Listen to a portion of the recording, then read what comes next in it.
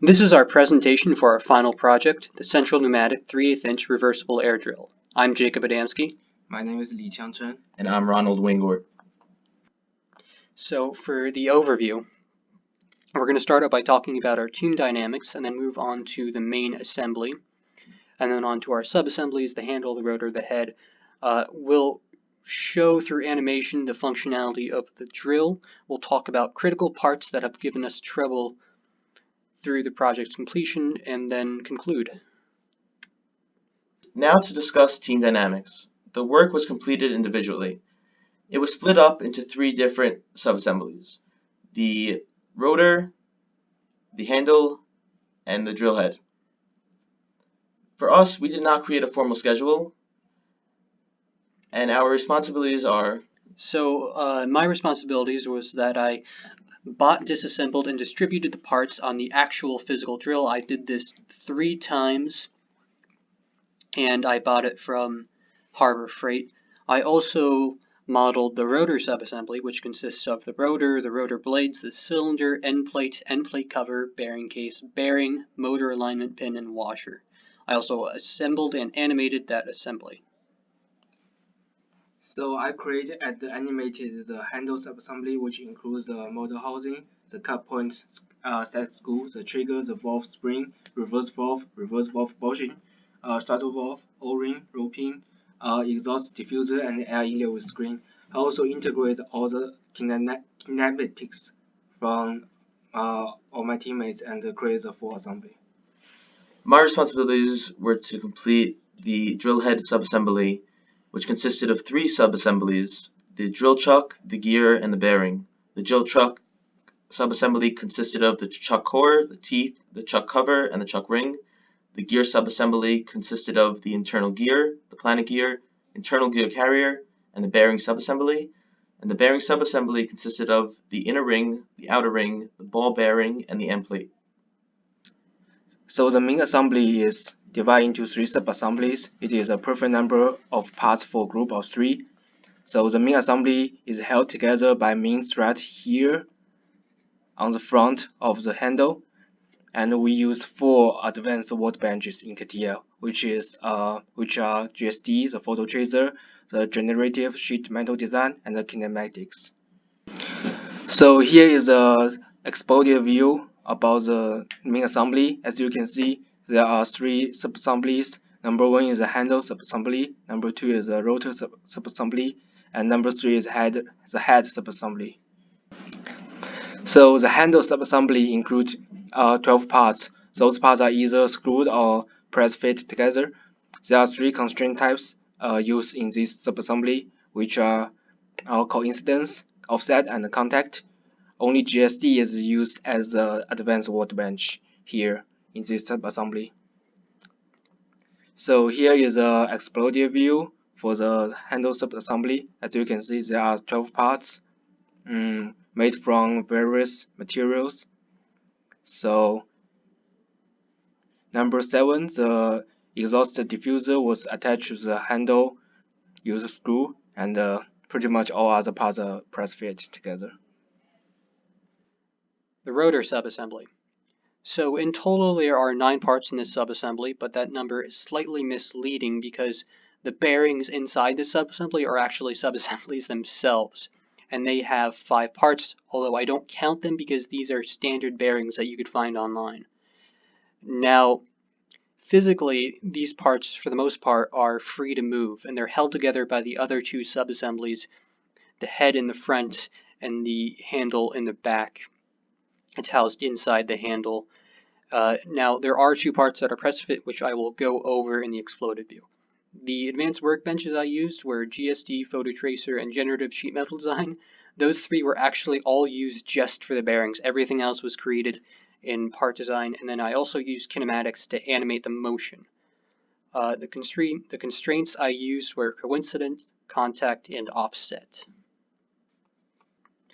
So here's the exploded view, and as I was saying, the press-fitted parts are this end plate and this bearing, which press-fit onto the rotor in the back here. And those are the only stationary parts. Everything else is free to move. Like I said, it's all held together by the other 2 sub-assemblies, so I mean, If you just have it like this, everything's going to fall out, but when it's all combined together, it works like a drill, I suppose. And then the materials, there's a bunch of different materials, mostly just steel, but there were 2 plastic parts, this end plate cover, and I believe these rotor blades are made of plastic. Now to talk about the drill head subassembly. The drill head subassembly was made up of 2 different subassemblies. One was the drill chuck, the other one was the gear. The drill chuck consisted of 4 parts, while the gear consists of 5 parts. Over here you see the gear, and it's pressure fitted. Everything inside it is pressure fitted, as well as the back here is the gear subassembly. The advanced workbenches used, I used the GSD design to create all the covers and as well as the inner core. I also used the generative sheet metal design to create the planetary gear, the bearings, as well as the core, and the kinematics to show the part moving. Now to discuss the drill chuck subassembly. The chuck cover, made up of aluminum, is pressure fitted into the chuck ring. The chuck ring is comprised of steel. The chuck core and as well as the teeth are also made of steel. The teeth is fitted into the chuck core. The inside of the chuck ring is a gear connected to the outside of the teeth. When the chuck ring is spun, the teeth will move. The teeth are pressure fitted into the chuck core, and the chuck core, along with the teeth inside, is pressure fitted into the chuck ring and chuck cover. Now to talk about the gear subassembly. The gear subassembly outer casing is called the clamp nut. This is made of aluminum. The bearing subassemblies is pressure fitted into the clamp nut, followed by the planet gear carrier. Sitting on the planet gear carrier are the 3 internal gears, and the planet gear is housed around those internal gears, allowing it to spin around itself. Okay, so this is a demonstration of how the drill actually works. So I'll start the animation. So what happens is that this lever moves, and then you have to depress the trigger. Airflow will come through this valve down here, flow up through this channel, enter into this cylinder back here. This trigger actually depresses the plunger at the back, which allows airflow in. Airflow will come through here, up into this channel, and there's also 2 other channels that you can't see because of the way the section's cut. But airflow will come through here and initiate the direction in which the cylinder up here will spin. So airflow comes through here and then moves these, or I guess causes these blades to move the cylinder, which then causes the rest of the drill to move and actually function as a drill. So what you're seeing here is when this lever is in the up position, this drill is moving forward, so it's screwing something in, and when it's down, it's in reverse, and it's unscrewing something. So that's basically how the drill works. Now we're going to talk about the drill head animation. The drill head animation is shown here. As the outer casing is rotated, the teeth will move up and down. The teeth are used to clamp in the drill bit. This is done manually and is a major function of the drill head. Now to take a look at the gear animation. As the gears are rotated, they're rotated around the planetary outer gear, which will in turn move the drill head when air is pumped into the drill. Critical parts. As I said before, these are parts that gave us trouble during the completion of the project. And the 3 parts that we'll be talking about are the bearing, the motor housing, and the chuck core. So the part that gave me a lot of trouble was the bearing. Now this is a really small part and a really insignificant part, but it was probably the most difficult thing in my subassembly. So on the top and the bottom here are 2 sheet metal plates, so I had to make that in generative sheet metal design. It was also very difficult to do that because I had to unfold these little flaps here on the end with needle nose pliers really carefully and to try to get the right thickness, and I had to figure out all the different commands and to get it close enough so that all these parts would fit without touching these guys. And then on the inside, the inner and the outer rings, it was really difficult to measure the geometry of these because there's no easy way to figure out how deep this is. So I actually had to cut this guy in half and then use photo tracer to figure out what this geometry, what this cross section is. And then the balls I had to create in GSD, which I don't know if that was the only way to do it, but that's the way I did it. And then this ball housing here is also sheet metal technically, but I wasn't exactly sure the way that it was manufactured, so I just made it in part design. So motor housing is a part which gives me a lot of trouble to create. It took me a lot of time. As you can see, it has a very complicated and curved shape. It also has a very complex internal structures. So while I'm creating this part, I actually cut this part into 2 pieces. So I can actually create these parts, especially for the internal structures, more easily. It also makes my subassembly much easier because I can see the internal structures while I'm doing the assembly.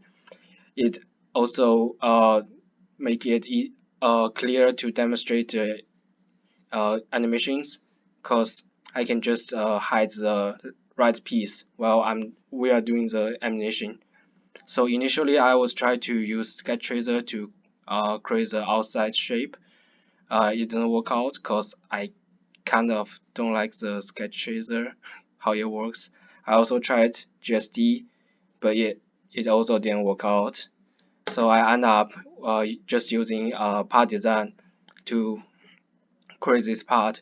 I use a lot of the multi-section solid combine to create these curved shapes.